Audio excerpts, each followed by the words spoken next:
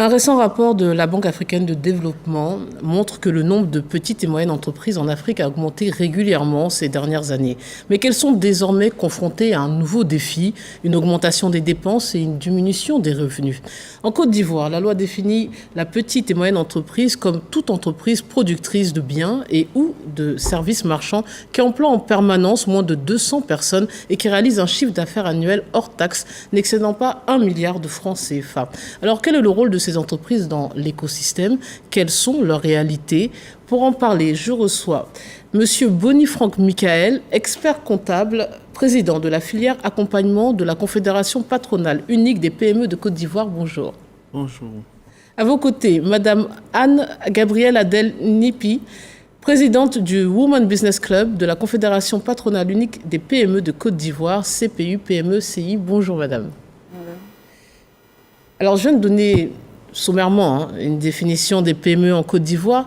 Quelle est la définition de la PME plus largement?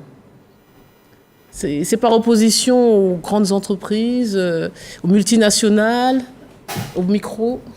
Généralement, la PME est définie par rapport à deux critères au niveau international.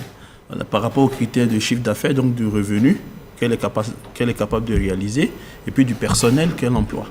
Donc ça, c'est les critères principaux sur lesquels on définit la PME. Et après, par rapport à ça, on classe les autres entreprises en tant qu'entreprises de taille intermédiaire, par rapport également au seuil qu'elles ne sont pas PME, et les grandes entreprises qui sont au-delà d'un certain seuil également. D'accord. Donc, les revenus et le nombre de personnels embauchés.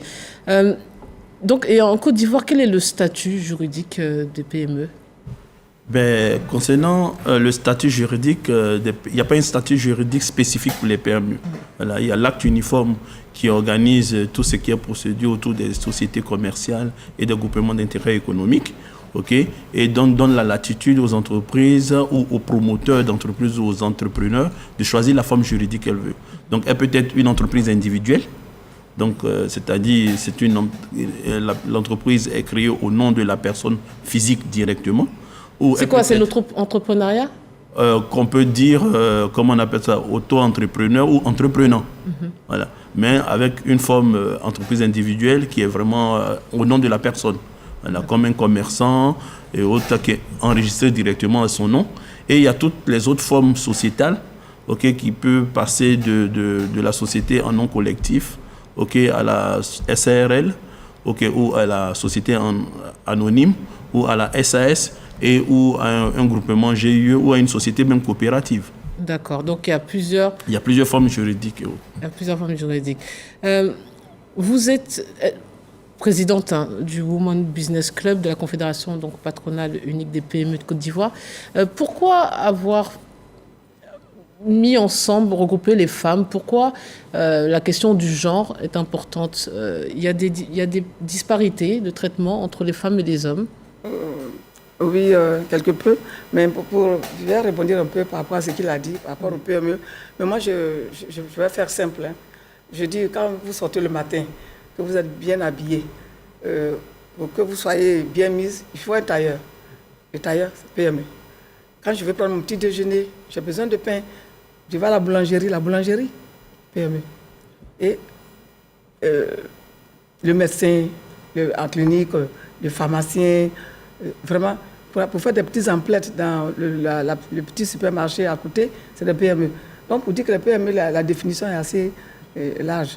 Maintenant, par rapport aux femmes, effectivement, il faut reconnaître qu'il y a, je dirais, un petit problème avec les femmes.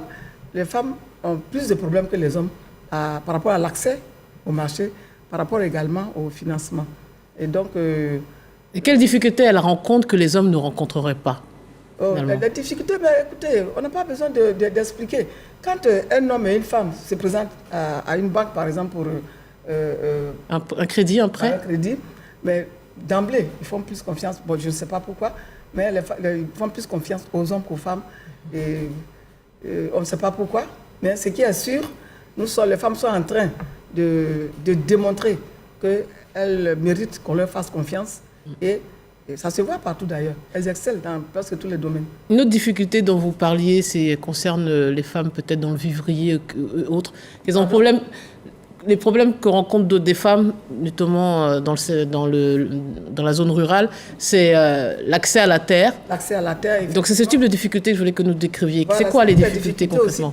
Les femmes ont difficilement l'accès à la terre. Pourquoi? Parce que de manière empirique, hein, comme on dit, dans les contrées, dans le milieu rural plutôt, je ne sais pas s'il faut dire la tradition. C'est quoi, le droit coutumier? Les droits coutumiers font que, en général, les femmes n'ont pas droit à la terre. On ne sait pas pourquoi. Et pour avoir une petite portion de